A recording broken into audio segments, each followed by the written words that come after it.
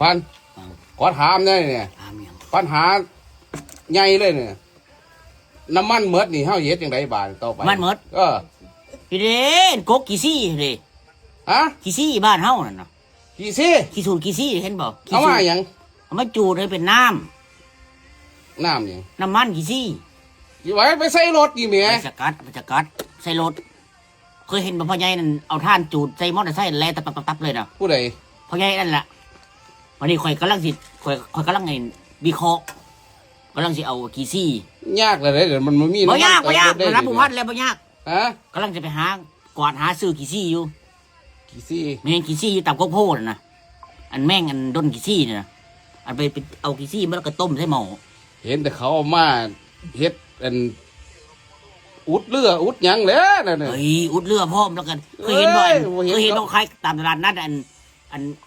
นั่นก็เป็นแท่งมาแท่งนะเคยยังก็ไปอ้อยไฟแล้วนะนั่นแหละเห็นมาจากกี่ซี่แล้วนะนั่นแหละโอ้ยพี่สกัดให้น้ำมันมานี่น้ำมันใส่รถขี้นี่ไอ้รับบุพันแล้วโอ้ยขี้บ่ได้กันว่าไปดูที่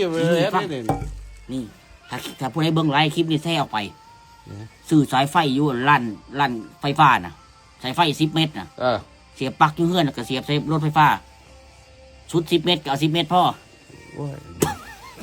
ซามาถามนี่เบ้าไปทุกที่เพลินนะไอ้ผู้เดียวซะโอ้ย